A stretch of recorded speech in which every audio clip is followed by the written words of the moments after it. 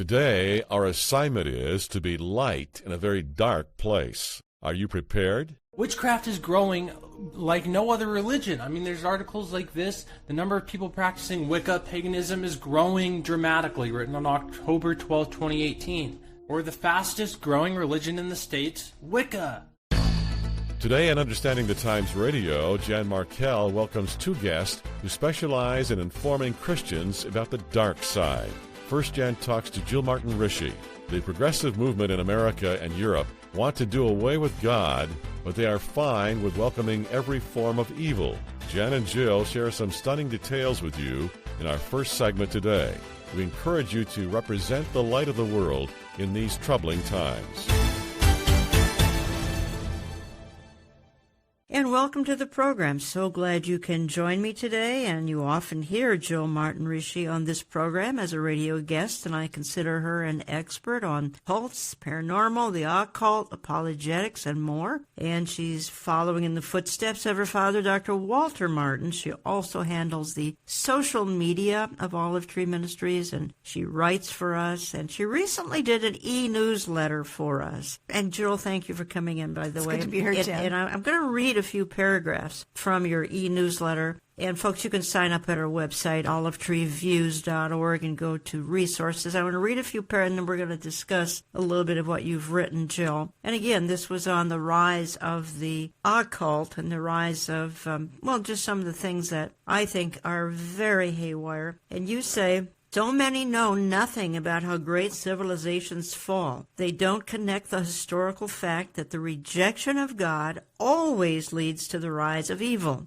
Today, we turn on our TVs or computers and see the glorification of everything vile that crushed ancient Israel and Rome. So true. Everything awful that destroyed 17th century France and 20th century Germany. And then you say, the lure of secret power is irresistible, and though far weaker than the power of God, they choose it, being darkened in their understanding, excluded from the life of God because of the ignorance that is in them, because of the hardness of their heart. Ephesians 4:18. Where the occult thrives, there is no hope. Malevolent evil always breeds despair. I want to stop here. Who could have guessed that the 21st century would bring a witchcraft boom? Its biggest cheerleaders are the media, who glorify it as good practice, when all the evidence of history tells us it has always been evil. How do you fight a media blitz raving about Super Bowls, supermodel wives, and their cute little habit of closet witchcraft? And here's where I'm heading, because then you say, Patriot quarterback Tom Brady thought he was doing something good when he shared special moments with his wife Giselle in an interview after his 5th Super Bowl victory.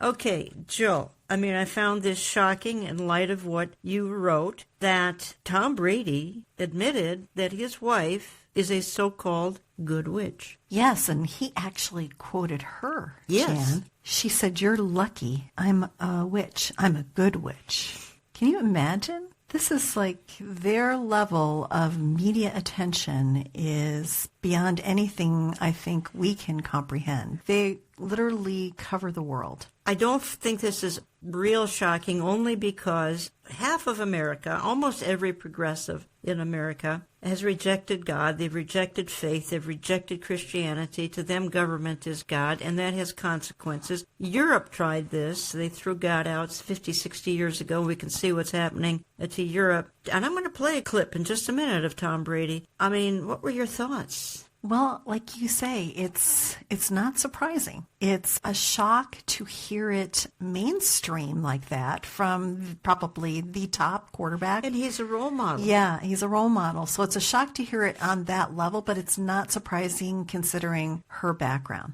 So I believe that she really was steeped in witchcraft in Brazil, because it's almost like a state religion in a way. Is that right? There are so many different forms of it in Brazil, and people just take it for granted. When they cast spells, a lot of times they'll do it right out in the open. and then people climb on fences and sit there and watch them actually do the spell casting. And she is from Brazil, yes, obviously. Yes, so this probably is something that she was very familiar with as a young girl. Let's play Tom Brady talking about all this. Any superstitions going into the game? Any special thing you carried into the game on Sunday that you had tucked away somewhere? I did. I always, I've learned a lot from my wife over the years. She's so about the power of intention, and believing things that are really going to happen.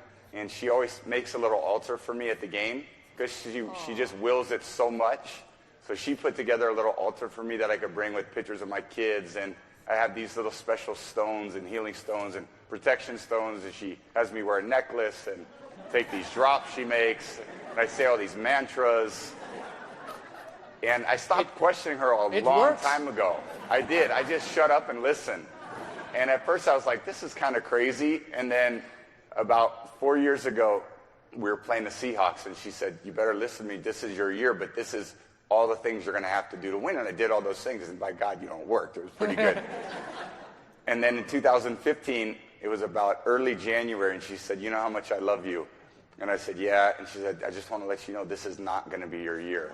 Oh. And of course we lost. I said, what does 16 look like? And she said, 16 is going to be your year. So it was early January this year. And I said, babe, asking, do we have a chance? And she said, yeah, but you're going to have to do a lot of work and you're really going to have to listen to me. So, man, I listened to her. And right after the game, she said, see, I did a lot of work. You do your work, I do mine. She said, you're lucky you married a witch. I'm just a good witch.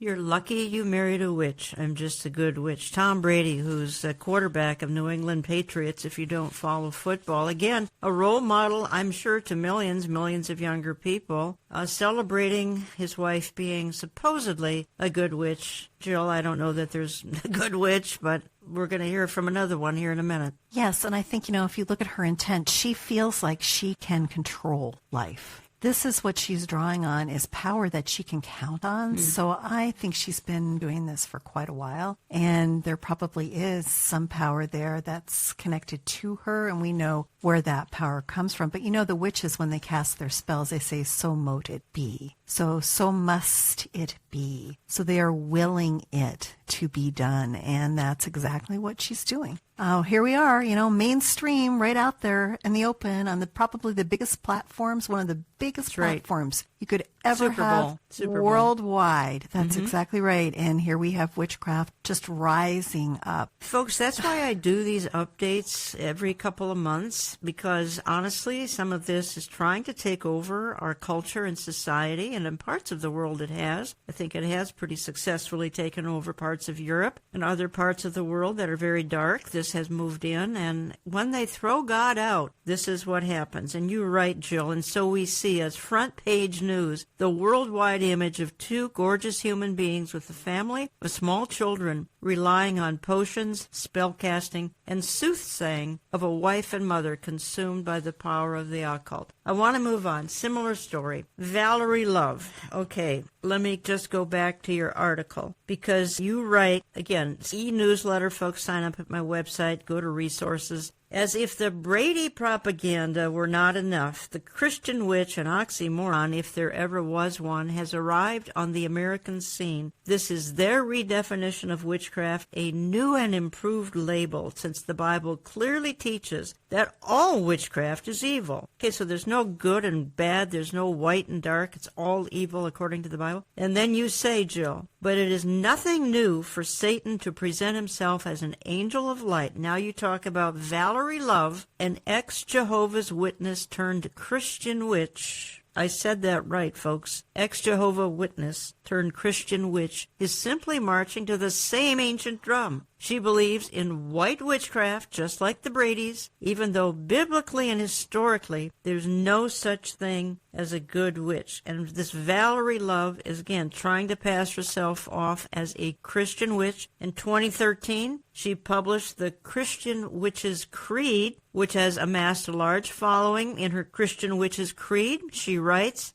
I am a Christian witch. I love my cross and my wand. I consult my tarot deck and my Bible. I adore and am devoted to Christ and the goddess. Is it possible, Jill Martin Rishi, to be devoted to Christ and the goddess? Because who's the goddess? Well, that depends, I guess, on which day of the week it is and which particular goddess is currently being worshipped. In paganism, which is what this is, sorcery, paganism, there are just many, you could even go up to thousands of gods and goddesses that have been worshipped down through the centuries. Unfortunately here, she's not familiar with 1 Samuel 28. And King Saul visited a medium, visited the witch of Endor, and his punishment was death. He wasn't expecting to see Samuel, but God sent Samuel to respond to him and to condemn him to death. So there we have our first instance of how God feels, and it was a very detailed encounter, so how he feels about witchcraft and any kind of connection to him. And then we have Paul, of course, in 1 Corinthians, warning against ever mixing any kind of pagan practices with Christianity. So he spends a great deal of his time in Corinthians warning us that these things cannot mix. So you have basically an approach that Satan always does, where he takes something and redefines it. She is trying to redefine witchcraft. There is nothing historical, no evidence that ever points to a good witch down through the centuries. But of course, evidence, as we know today, Jan,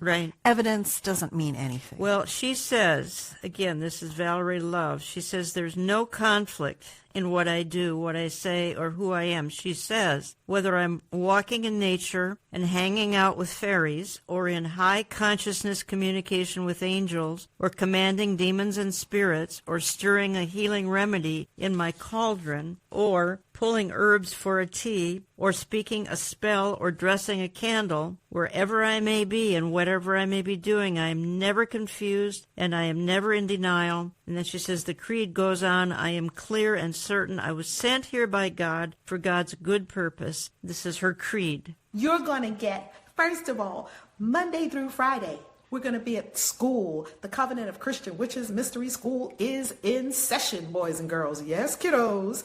On Saturday, we have a reader studio. You can get readings, or you can even register to be one of our vendors or one of our readers at our Readers Hall. Saturday night, we have a witches' ball. The witches' ball is themed. And the theme of the witches' ball this year, boys and girls, American Horror Story Apocalypse. I want to see someone come as Michael Langdon. Now, yes, he is the seed of Satan. Yes, he's the devil's spawn. However, I like him. And I'd like to see someone come as Michael Langdon. Or maybe his very witchy mother. His mother wasn't witchy. His mother was a servant of Satan in the satanic church. So, anyhow, that's Saturday night, a witch's ball. Themed American Horror Story Apocalypse. Get your witchy gear, get ready for food, fun, dancing, all of it on Saturday night in Salem. Next, Sunday morning, Resurrection Sunday, Easter Sunday, the first ever that we've ever done, Christian Witches Church service. And this is probably the heart of the whole convention for me, bringing a word to you from the pulpit, Reverend Valerie Love, at a Christian Witches Church service. We have musical guests that you will love, and we have all the inspiration and a powerful word, especially for Christian witches. Again, ultimate in delusion. We get that. Absolutely. And of course, Satan is always the angel of light, right? I mean, you have mediums like Jonathan Edwards who claim he was sent here by God. They all claim they're sent here by God. In fact, we have records of seances that took place in the 1800s, and they would literally open a Bible in the middle of the table, if you can believe that, Jan. They would put an open Bible in the middle of the table, and there are records of hands appearing above that Bible and pointing to a Bible verse. Yeah. So that's in the middle of a seance. So this is Satan's modus operandi. It's worked so well for him. Why should he change it? Mm-hmm. You're listening to Understanding the Times Radio. Jan Markell here in studio with May Jill Martin Rishi. You've heard her often on this program. She manages our social media, so you might be talking to her on Facebook as well. And we're giving a paranormal update, and you can learn more at her website, waltermartin.com. She's the daughter of Dr. Walter Martin. And check out her 700-page book found at waltermartin.com, The Kingdom of the Occult. The Kingdom of the Occult. And I think, Jill, you're updating your father's book, The Kingdom of the Cult. So you've been doing that the last many months? Yes, and we have a brand new edition coming out. Also, Jen, we're doing something new. We're doing a handbook on the cults. Good. It's a mini version of The Kingdom of the Cults and includes a study guide. So that will be out in 2020. 2020. Okay. For that one. But The Kingdom of the Cults is coming out right now. And folks can get that most conveniently at... They can visit waltermartin.com or their local Christian bookstore. And most of them are going out of business. Most of them are going out of business. So their local online Christian Unfortunately, that's all that's going to be left, folks. So time to get a computer if you don't have one. I want to move on. I want to hit just a few more things because we just have a short segment today. In the article that you wrote, we also talked about Walmart, and I don't think folks are aware that used to be family-friendly. Sam Walton would never go along with what's going on. Used to be totally family-friendly, the whole Walmart empire, but now there's an online link. You click it on, and it takes you over to online ordering options where you can request anything of an occult nature. I mean, there are pictures there. You can order pentagrams. You can order Masonic imagery. The Baphomet is on everything. Baphomet jewelry, T-shirts, anything you can think of. And that's the symbol of Satan, folks. Everything that celebrates evil, that celebrates the devil, it's in Walmart. Who would have thought that we'd ever see the day? I'm surprised. I've seen it before, not to this extent, but I have seen witchcraft manuals for children in Target before. But this is something that is totally, they've upped the ante. In fact, Jan, they have, I think, allied with the Satanic Temple. Okay. The Satanic Temple, this is their merchandise. In fact, that image of Baphomet that you were mentioning, and that is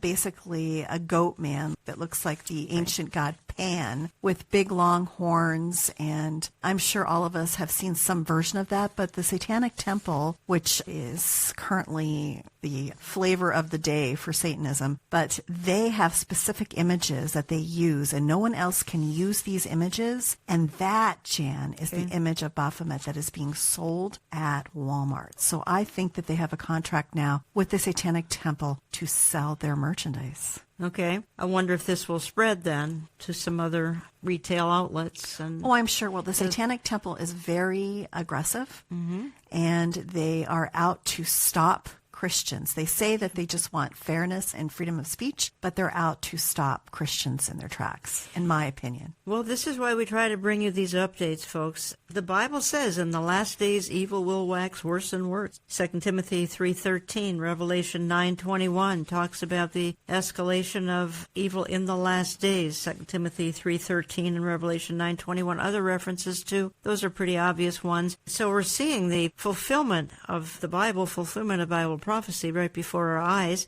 I want to touch on another item, Jill, while we have time here. Amazon Prime original show called Good Omens. It tries to paint, get this, folks, the Antichrist as a savior, saving the earth from the apocalypse and the end with angels and demons working together. Now, here's the blurb from YouTube about this movie. It says this: with Armageddon just days away, the armies of heaven and hell are amassing, and the four horsemen are ready to ride. Arizophali, an angel, and Crowley, a demon, how appropriate, Crowley's a demon, after Aleister Crowley, agree to join forces and find the missing Antichrist and to stop the war that will end everything, based on the best-selling novel by Terry Pratchett, Neil Gaiman. Good Omens follows an unlikely duo and their quest to save the world. The new series is going to premiere again. Apparently this is on Amazon Prime, May 31st, 2019. So again, we got Good Omens. What next? I'm sure it will do very well too, because as you and I know, anything dark sells very well. Yeah. I mean, the irony here to me is just incredible. Who are they looking for? The Antichrist. Yeah, they're looking for the Antichrist. To solve all their problems. Isn't that ironic? Yeah. again, the world of the unbeliever doesn't understand that will usher in all of their problems. Exactly. Because they're going to be left behind, and they're going to Exactly. have to deal with literal hell on earth. You write this. I'm going back to your article, Jill. This was our e-newsletter several weeks ago now. And you write this, and this is a good note to close on. We must be salt and light in a very dark place, giving him all the glory. The power of the occult is strong, but it is far weaker than God's power. When it seems like all hell is breaking loose, how wonderful to know that this world is not our home. We have an eternity of incredible joy to look forward to, a new heaven and a new earth. What will it be like? The lion will lie down with the lamb. There will be no more tears, no suffering, no evil people, no Satan, no death. And then you refer to Dr. Kurt Koch, a 20th century pastor and 40-year warrior against the occult, puts it all into perspective. Satan and all the hosts of darkness are a defeated foe. The triumphant theme of the New Testament is that Jesus has disarmed the principalities and powers and made a public example of them, triumphing over them. Colossians 2:15. Why don't you expound on that, if you would? The early Christian church, we have records that the early Christian church called themselves soldiers of Christ. And even though we are in the midst of a very dark place, we should put on our armor because we fight against the invisible foe in Ephesians 6. Put on our armor and go out and fight, keeping in mind that incredible hope that you just read, the hope of what we have coming, Jan. I mean, we are going to be done with this world in a very short period of time. We want to stand before the King and be told, well done, thou good and faithful servant. And so we must fight. We must occupy until he comes. But we have this incredible hope, and that hope should light our hearts every single day, even though the world around us is growing darker and darker. Okay, folks, again, you can learn more at waltermartin.com. Jill's the daughter of the late Dr. Walter Martin. Many of you listened to him on radio some years ago now. Don't go away. I'm not quite finished with this topic. I'm going to be joined in minutes by Carl Teichrieb. He and I attended a local pagan festival called Paganicon. Happened to be held here in the Twin Cities, but I promise you it's in your neighborhood as well. You need to learn about these issues. Folks, we need to be salt and light and delay the decay and push back against the darkness. We'll talk more about it in just a minute. Don't go away. Don't go away. In our second segment, Jan talks to Carl Teichrieb about the rise of paganism. They both attended Paganicon in the Twin Cities a few weeks ago. How can we push back against this kind of darkness? It's in your neighborhood, too. That's next. What do you think the state of the world is going to be in right after the rapture? Well, with the restrainer gone, I think it's going to be... We think we have anarchy now and chaos now. We haven't seen anything yet. Just what are the seals of Revelation? We are carrying a 10-DVD set, 20-part study produced by Pastor Billy Crone on the seals. This documentary takes you on an in-depth journey through the first half of the tribulation from which the church is absent. Featured in the production are Jan Markell, Dr. Dave Reagan, Pastor J.D. Farag, and Nathan Jones. Find it in our web store, olivetreeviews.org, or by calling us at 763-559-4444. That's 763-559-4444. It will also be available in our print and e-newsletter. The cost is $45 plus $6 shipping in the U.S. The Seals, a panoramic view of the first half of the tribulation, 20-part study, would be ideal for your small group or adult Sunday school class. Check it out today.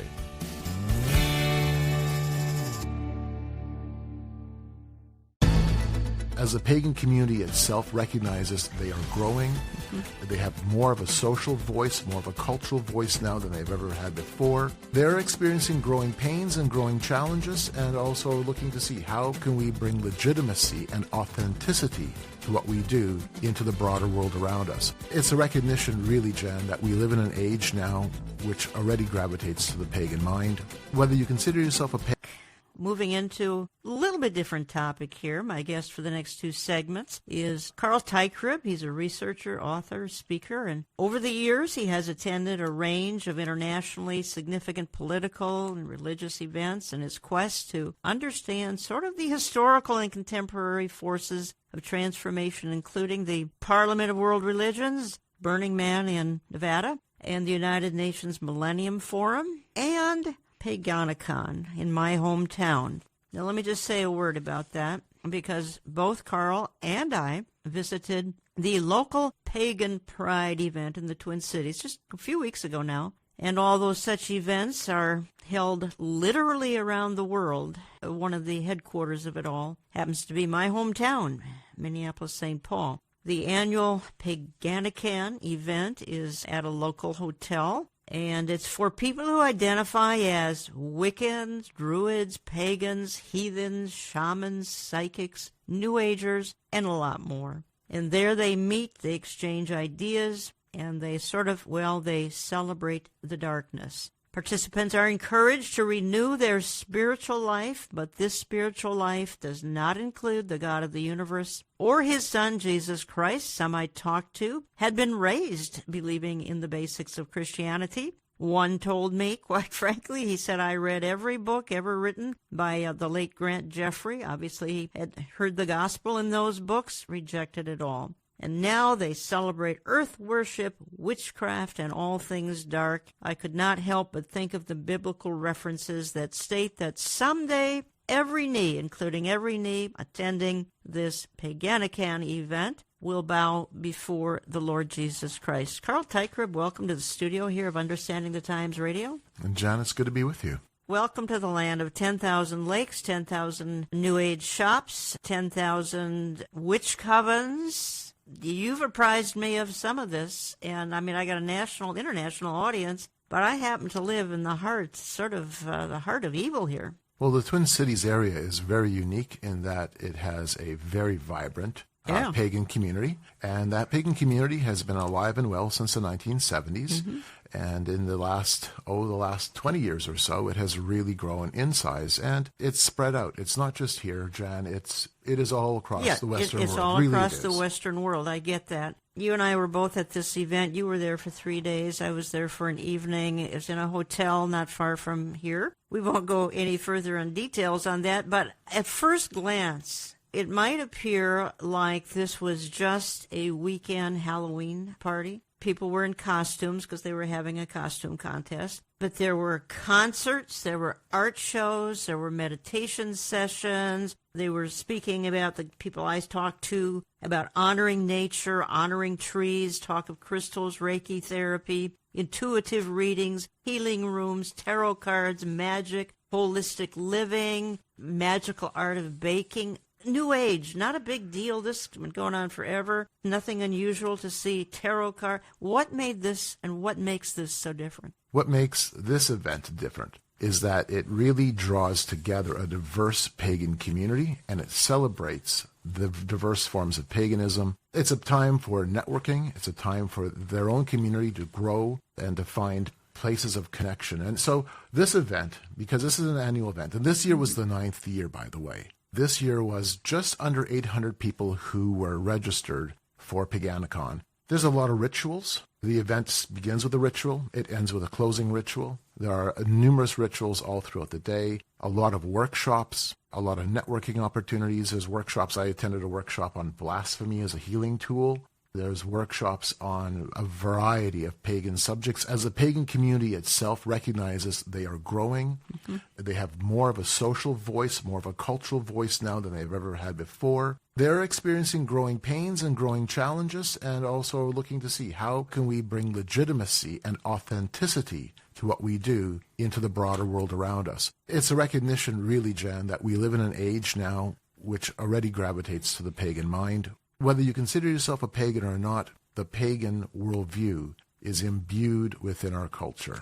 Well, and you said to me, more and more Christians are ambassadors in a pagan world. And both you and I felt like ambassadors at this event here in the Twin Cities. We also commented that, God is far greater, far bigger than anything, any practice, any pagan belief system demonstrated at this 3-day event. But you're right. We were ambassadors. They didn't know your background or identity. Right. I was just there for a couple of hours interacting with some of the attendees. 2 of them sitting next to me were Druids. They seemed to be a very normal couple, very friendly, as a matter of fact. I said, may I ask you some questions? He said, absolutely. And so I did. I quizzed him for at least an hour. Sitting by them happened to be a rather aging male witch who seemed to be like he needed some psychotropic drugs. But the 2 Druids were very normal folks, very cordial. Right. And this is important for people to realize is really this is a cross-section of society. These can be your neighbors. Absolutely. These can be your children.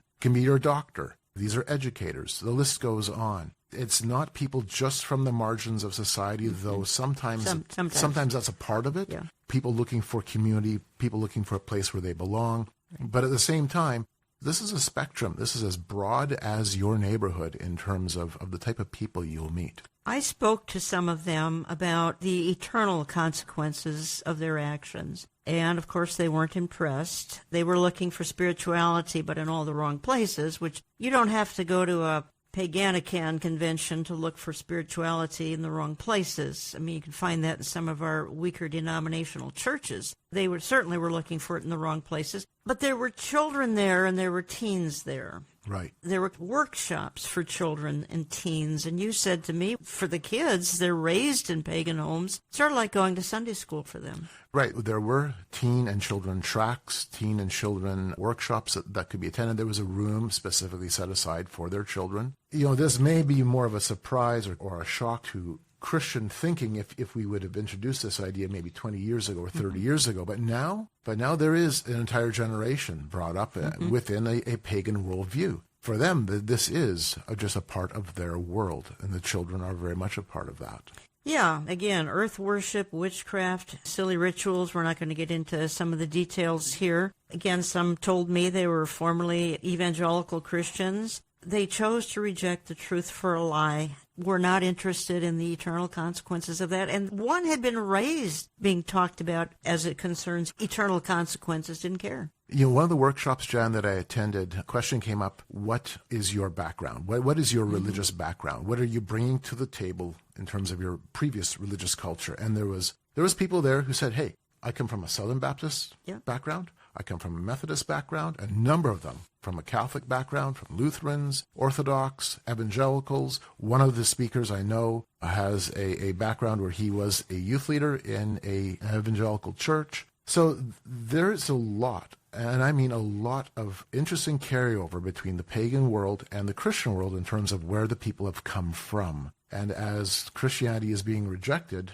in Western society, there is a move towards things like various pagan communities. And your city is it's the petri dish. It's where it's a petri dish. Yeah, it's where it's all kind of congealing together. Well, apparently the Twin Cities is called Paganistan. Yes, and it's been called affectionately Paganistan by the pagan community since at least the late 1980s, early 1990s. Mm-hmm. There's a whole book by that title, which you happen to pick up, a hardbound book. And then we have the publishing house that publishes products like this that's drawing, I'm not going to name them, that's drawing folks here. You're listening to Understanding the Times Radio. Jan Markell here. I have in my studio today Carl Teichribb. You've heard him on the programming before. We've actually shared some conferences together. Recently we did one in Oklahoma City, and I was able to meet Carl and his wife there. Carl, as I said in my open, visits some event, Parliament of World Religions. We'll talk about Burning Man in just a moment. United Nations Millennium Forum, Paganistan, which is here in the Twin Cities.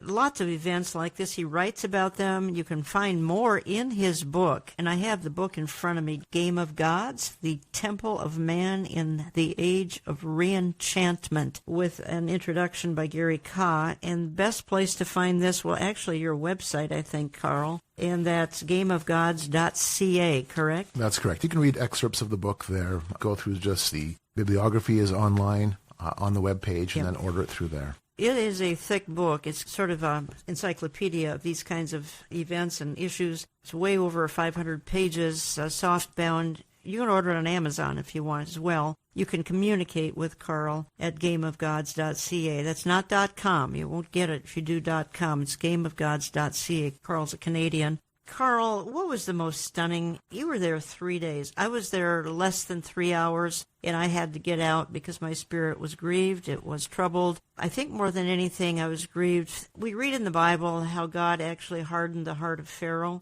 and it seemed as though God may have hardened the hearts of these pagans. Obviously, they hate him because their God is nature, the trees, creation, etc., but not the God of the universe, and our spirits were in conflict. What was the most troubling thing you saw? One of them was a ritual. I won't go into the ritual. There was a certain ritual that took place called the marriage of heaven and hell that had some really disturbing elements to it. And it was understandable. I mean, it is a disturbing thing. This is serious. What we're talking about here is really serious. It demonstrates, and it should demonstrate to the Christian church, look, the reality of spiritual issues is here. It's in our face. It's time for the Christians, for us, to, first of all, know what we believe and why we believe, and stand firm on that. The other thing I think is important for Christians to realize is that while this is all around us, and indeed we have a pagan worldview that's absolutely saturated through our culture in many different facets, and the book brings that into play, we need to recognize that at the end of the day, every knee bows, every person, every power, every principality bows. I think sometimes we tend to gravitate towards fear, whereas the only one that we should be fearing is God himself, who is greater than any of this, who is greater than any one or any person that was at Paganicon or that's even in the room with you and I right now. He is the one who is over and above all things. And that's so important. If we don't grasp that, we will be ruled by fear. And there's no reason to be ruled by fear. Concern? Yes. Yeah. Absolutely. Well, you gave me some flyers from events coming up around the country. Folks, this goes on all over the Western world. And Carl handed me a flyer, Pagan Spirit Gathering 2019. This is coming up for 1 week. This one will be over the summer solstice. The one we're talking about was over the spring solstice. This is important to these pagans, is the solstice. So there's one coming up, and this is going to be, is this in Ohio? Or? It's in Ohio, yes. Ohio. We've got another one coming up, I think, in June in Wisconsin, but you said this is all over the Western world, all over U.S.? Yes, it is. Absolutely. In fact, you have a few other pagan events, pagan festivals that happen in your state beyond the one I attended to. You told me there's 300 witches' covens in the Twin Cities. That was the last count, and I have that in the book documented. 300 covens and circles, roughly. Now, covens and circles change. That number shifts around because covens come, covens go. The lifespan of a coven is usually 3 years. Oh, really? Yeah. What happens? People move on, people change, people physically move. The one thing, though, that was of interest in terms of myself coming to this event was to see how what's considered the left-hand path, how that's being embraced more in the pagan world. The left-hand path being Satanism, Luciferianism, and I went to a couple workshops where that was brought up. In fact, we had a Satanist who came as a representation of Satanism and Luciferianism. In the past, the pagan community, the Wiccans and other pagans, Druids, would not necessarily have embraced that. So this was the first year they invited someone from this stream of thought, because as far as now I know, they're this is going the first extreme. One. Right. As far as I know, Jan, this was the first time that they've had a Satanist come and do a workshop. And then the Satanist had a workshop on Satanism 101. What was interesting was, and this is something I think is important for Christians to think about, as I'm listening to these people in their private conversations, as they talk about Christians, the one thing that really bothered me, and I mean it bothered me a lot, was when I heard how Christians have reacted to them. Okay. Not in love. That's right. Not in mercy. That's really important. Not in grace, but chastising them, swearing at them, calling them down. The one Satanist I was listening to was talking about how a man had come over to her with a bag of trash and literally threw trash on her. I'm sorry, that's not Christ-like. And so if we're going to be ambassadors in a world of darkness, we can't take approaches like that. That helps nothing. All that does is demonstrate that we ourselves are bound by the problem of sin too. But there are folks listening, and they're thinking, my goodness, if I bumped into, or my neighbor turned out to be one of these people, if a family member turned out to be one of these, how do I even talk to them? What do you say? What do you say? I know. And you will. You're going to be running into people on the street and running into people in your own community. The beginning point, and this is really an important thing for people to grasp, is to go to the basics. And the basics being, right down to the core. how is reality fathomed? How is reality put together? Is it oneness? And my friend Dr. Peter Jones puts this together beautifully. Oneness or twoism? Let me explain quickly. Oneness is paganism. Oneness says God, man, and nature are all essentially the same. They share the same essence. They share the core. The biblical worldview is no, it's not oneness. It's two. God, distinct, holy, completely different than the creation. He is above the creation. Isaiah chapter 40 brings this out beautifully. Romans 1 brings this out. So reality, from the biblical worldview, is God is different and distinct, and then there is the rest of creation. I've had talks with Wiccans, I've had talks with pagans where we've brought that into play and brought that as kind of the forefront where we can begin a conversation. Because you have to start somewhere. And that really is as basic as it gets, but also it is a powerful place to begin. Well, you said to me that Christians need to have a mind to engage these folks. Right. I mean, our nature would be to run away. Even though the folks I spoke to, again, they were very open to anything I had to say. We shook hands when we parted. They smiled. They were just couldn't be more gracious. Right, right. And I'm sure you encountered this weekend yourself. Absolutely. And I walked away, feeling, oh, there are lovely people there. Mm-hmm. And I've interacted a lot with this community. There are some wonderful, good-natured, wonderful people, but their spiritual worldview and what they've bought into is the exact opposite of what Christ wants to give them. Well, I want to ask you about Burning Man, because this is a huge festival in Nevada. You go down there with a tent and a sign you hang outside of your tent, and you engage in more of this. And maybe Burning Man is even more extreme, but I think my audience needs to get acquainted with exactly what's out there. Now, I don't think my average listener is not going to attend Burning Man. No. But they need to know, I think, that this is kind of mainstream now. At least it's mainstream. It's a little fringy yet, of course, but just about everybody knows something about Burning Man, and I think that Christians need to better understand it. They can at least battle it in the spirit, if in no other way. Maybe they physically can't. When I come back, folks, we'll talk about this, and I'll wrap up my hour today. Don't go away.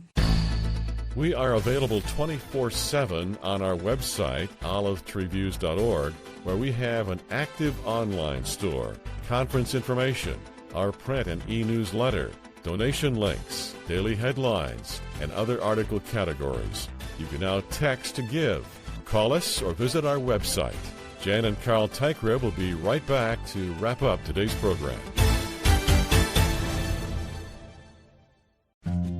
Why not save the date of Saturday, September 21 for Understanding the Times 2019? Tickets go on sale June 1st for $25 and include lunch. We will be selling general admission seats only and no assigned seating. Speakers this year include Dr. Robert Jeffress, Amir Sarfati, Pastor Jack Hibbs, Pastor J.D. Farag, and Jan Markell. They will help you understand the times and become watchmen on the wall. Location once again is Grace Church in Eden Prairie, Minnesota, just outside of Minneapolis. The teaching is timely and the fellowship is unparalleled as you make friends for life. Save the date and visit our website's conference page for a list of hotels and other pertinent information. That's olivetreeviews.org, olivetreeviews.org. We hope to meet thousands of you September 21, just outside of Minneapolis. We set up a sign at our tent, and there's a small team of us, and the sign simply says, Camp of the Unknown God, which comes out of Acts 17. All right? How do we proclaim Christ in a pagan culture? Well, how did Paul proclaim Christ in a pagan culture? Paul, when he was at Athens, the paganism of Athens was raw compared to the paganism we have now. We have politically correct paganism. Back then, it was very, very raw and very open. It was the worldview that everybody lived under. We don't talk about the dark side to focus on negative information, but to encourage you to push back against these forces. The Bible says that in the last days, evil will wax worse and worse. That is why the Christian is called to take a stand and defeat it. And the enemy is a defeated foe. Here's Jan Markell and Carl Teichrieb to wrap up today's program. There are many reasons for this massive and global paganistic or occultist revival, but who exactly is a pagan? What do they believe and where do they live? Keep in mind this video is obviously not trying to promote any religious belief, merely an analysis of a growing and fascinating demographic trend that is impacting millions worldwide. According to some estimates, European neo-paganism is the fastest growing religion in the United Kingdom, France, Portugal, Denmark, and, you guessed it, the United States of America. And welcome back. And I'm wrapping up an hour where we're talking about some things that are a little on the dark side. Remember, the God we serve is far, far greater than any of these entities that we're talking about. But we spent the last segment discussing Paganicon, which was held in the Twin Cities, happened to be over the spring solstice. And I attended for an evening. Carl Teichrid, my in-studio guest, who's from Manitoba, attended for 3 days. It was at a local hotel, not far from the office here, and had 800 participants in all things dark. I talked about all of those issues in the last segment. At first appearance, might seem rather harmless, kind of a New Age festival, a little bit like they might have been celebrating Halloween, which frankly, folks, isn't innocent. Concerts, art shows focused on meditation, holistic living, holistic healing, magic, tarot cards. But then they got into some extremely dark things as well because it was a pagan gathering. 800 pagans gathering because the Twin Cities is the hub of this kind of activity. I'm not a member of the Minnesota Chamber of Commerce for lots of reasons, this being one of them. Now, just a quick comment here by way of an announcement or two. Remember, this programming is posted because you lead such busy lives. It's posted to our website Saturday morning. It's also posted to our YouTube channel under Jan Markell, where we now include photo illustrations of everything we're talking about. We'll have some photos of this event. So if you want to watch visually, you need to watch on our YouTube channel. The channel is Jan Markell, so look that up. Saturday morning, posted to our YouTube channel. Otherwise, it's to our website, oneplace.com, plus about 830 radio stations around the country, actually around the world. Carl, thank you for driving all the way from Manitoba to be a part of this event and then to be a part of the event here at the studio. Speaking of Canada, I will be speaking in Canada with Amir Sarfati. It will be Saturday, May 11th, awaiting his return conference. Participating Amir Sarfati, Pastor Barry Stagner, Pastor Jack Hibbs, myself. Church on the Queensway in Toronto, May 11th. You need to get tickets at beholdisrael.org, beholdisrael.org. I hope to meet Canadian followers of Olive Tree Ministries. We're still waiting to see if the event may be live streamed. I can't answer that at this point in time. Carl has a book. It's called Game of Gods, The Temple of Man in the Age of Reenchantment. I think I said that wrong the first time. It's the subtitle is The Temple of Man in the Age of Reenchantment. Game of Gods. You can contact him at gameofgods.ca. Did I get that right? That's correct. Gameofgods.ca. You can get the book there. You can get the book at Amazon. I happen to read the pages where he's written here about Paganicon, and he's a regular attender of it. Carl, does anybody know your background when you're there? No, not at this event. I had an opportunity to talk to a New Thought minister probably for about 2 hours. And yeah, we went right into it. You did? Yeah, and that was good. It was good. There's places and points in time when you keep your mouth shut, and there's other times when you open it. And you have to figure out and be discerning regarding that. Did you make any inroads with this gentleman? We had a good conversation, really good conversation. Came from a Catholic background. At the end of the day, all I can do is hope and pray that the words that were said will cause his heart to stir at some point. I would say the same for those I spoke to. I gave them the gospel. As I said earlier, talked about eternity and the consequences of being there in the wrong place. Right. Some of your listeners might be wondering why even go. Yeah. Why do you go? I've been going to events like this since 1997, including the political side, the interfaith side. The list goes on. Yeah. Primarily because I do real research, boots on the ground research. Yeah. I'm constantly trying to know, how is the culture being changed? How is it moving forward? How is it going to be challenging the Christian community? And then present that to people like yourself and others who can take it and disseminate that to a broader audience. Well, you actually have a tent at Burning Man Festival. It is in Nevada. Am I right there? That's right, yep. Northern Nevada. Northern Nevada, Burning Man. It's late summer every year. It's more paganism. And you have a I think you have a tent. I've seen a picture of it. And then you have a sign outside of this tent. It says, Camp of the Unknown God, come and ask questions. What happens when you do that? First of all, Burning Man is about 80,000 people that comes together. It's a huge event, okay? Yes. And it's pagan in that it expresses that worldview of oneness, that worldview that we're all connected, we're all one. It's not pagan in the large P sense of the word, as in like a religion, like Wicca, which is different. There are differences here.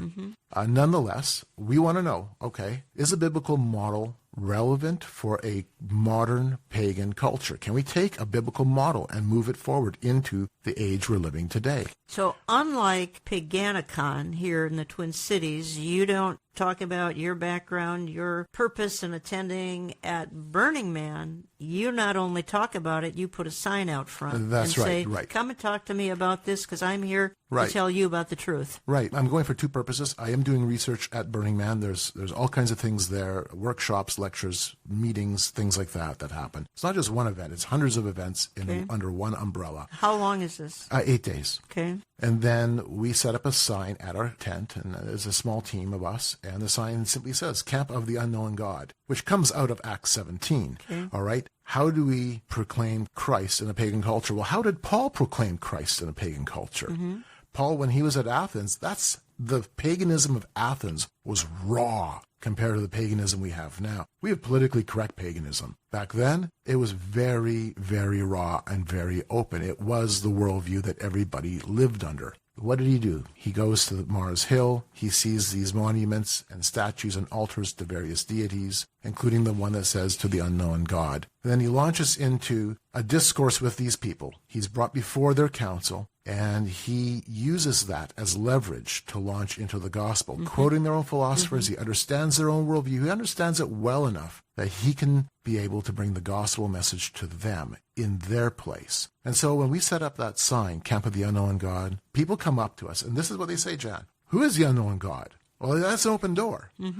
Here's some water, have some food, have some Gatorade. 120 degrees. It's hot. It's just boiling hot. Most times, it's really hot. We have windstorms. It's a very harsh place. Okay. And then we'll have conversations, and we'll let them talk, and we interact. And we'll have a conversation for 20 minutes, 30 minutes, 2 hours. Do you persuade anybody that this is not a good lifestyle? It's not so much an issue of persuading. It's more of an issue of here's the truth of Jesus Christ. Okay. And we use the oneness, two-ness model, and we've used that to help people see things very differently. And in fact, last year we had people coming to our camp to talk to us multiple times. People say, hey, I've got to run. I'd like to come back tomorrow to talk some more. Absolutely. In fact, last year we had 12, 15 people that interacted with us fairly frequently all throughout the event. At one point, one of the fellows that I was hanging out with, and he'd been with us right from the beginning of the event until almost the end, on Wednesday, I just said to him, I said, hey, you're a Burning Man. This is your first time at Burning Man, and you have every carnal pleasure under the sun. There's all kinds of avenues to explore spirituality, and you're hanging out with a bunch of Christians. Like, what's wrong with you? You're at Burning Man. You're hanging out with Christians. And he just looked at me and he said, I'm just learning so much from you guys. Okay. So those are seeds. Are there others like you there? I don't know. What prompts 80,000 people to come to steaming hot desert, 100, 120 degrees, probably very few showers, probably limited bathroom facilities, etc., just inconvenience all around, uncomfortable. What prompts them to come out to something like this and spend a week? Community, the spectacle, the energy and excitement of the place. There is a lot of things there that draw people in terms of just the overwhelming nature of what's happening. It is unlike anything else. Really? Yes. What's the age group? The demographics are broad. They have children. They have a children's village area set up so that families with young children have a place to go. And the demographics are as broad as any community. And what is the meaning of Burning Man? Well, at the end of the week, we burn. I'm saying we because I go there. Burn a human effigy. Straw man? Not straw. It's made of wood. Wood? Yes, and it's quite tall. Yeah. In 2014, it was over 100 feet tall. And then they also have temples set up. But what's the significance of burning this piece of wood? Birth, death, rebirth, birth, death, rebirth. And the co-founder of the event, Larry Harvey, he's passed away now, but he has made it very clear It's about you finding your own sense of spirituality. It's really a self-service cult, and that's how he described it. You wash your own brains. And this is a place where you come in and experience some sense of spirituality, not that you are looking for a supreme being, but as what Larry would say, being is supreme. And so it has a very self-motivated sense of spirituality. Interesting. You can learn more with Carl's book, Game of Gods, The Temple of Man and the Age of Reenchantment, Carl Tykrib, and you can find it at gameofgods.ca. That's CA stands for Canada, gameofgods.ca. Carl, thank you for what you do. I mean, I'm not sure a lot of people can fully appreciate it. I do. You're going back to Burning Man the end of August, correct? We're going to try. We're going to make sure we get our tickets and go back. You're going to plant a tent and a sign, and you're going to share the gospel again. Well, hey, Paul's model works. It does open doors.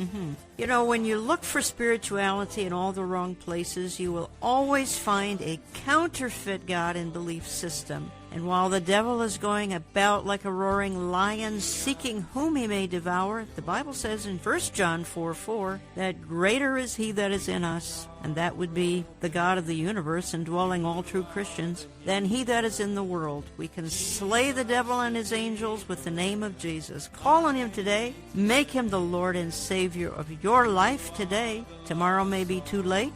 I want to thank you for listening. We'll talk to you next week.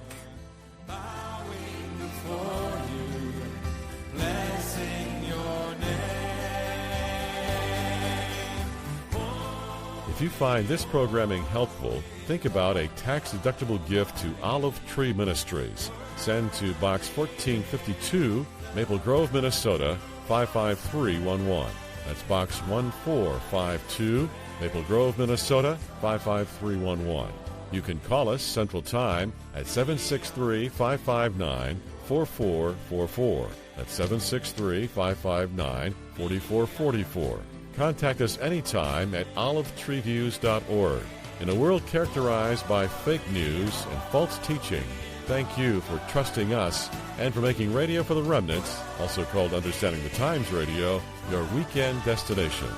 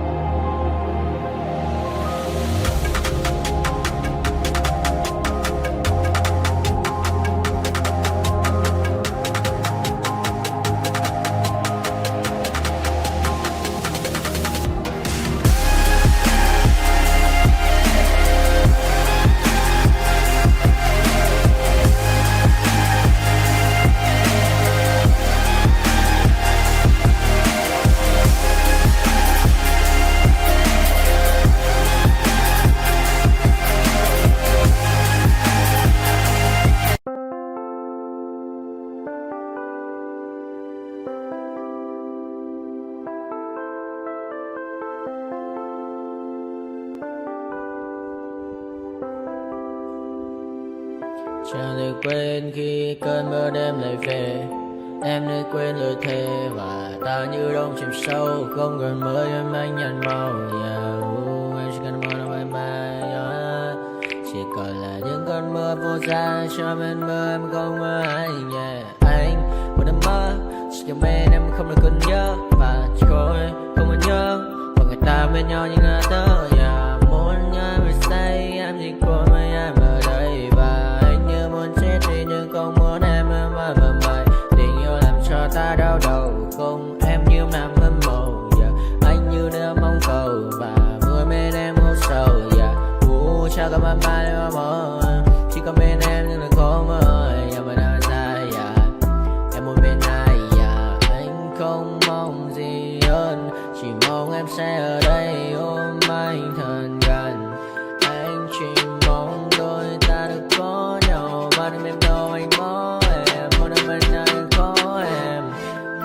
sẽ trao nhau môi hôn thật sâu. Oh my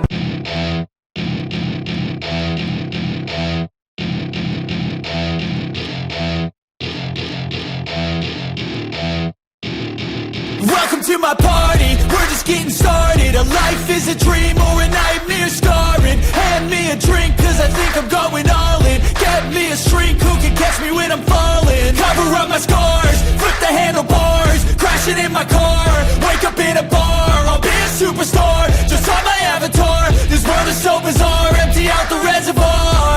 Yeah, I'm taking 6 shots, yeah, straight to the face. And I wanna get lost, I'm sick of this place. Don't know how to stop when I'm feeling this way. So I'm taking 6 shots till I'm feeling okay. I think I'm going crazy, don't think I'll get home safe. So I'm taking 6 shots, all straight to the face. I'm taking 6 shots, are you coming with me? I'm taking 6 shots, yeah, straight to the face. And I wanna get lost, I'm sick of this place. Don't know how to stop when I'm feeling this way. So I'm taking 6 shots till I'm feeling okay. I think I'm going crazy, don't think I'll get home safe. So I'm taking 6 shots, all straight to the face. I'm taking 6 shots, are you coming with me? Sometimes you need to let loose, grab juice, get goose, tattoos, taboos, get screwed. Loosen up, buttercup, all those hate comments will never make you feel enough. We're all adequate graduates, heart full of calluses, but we know calculus. Damn, ain't that fabulous? Can't wait to apply all those mathematicus. But we can't.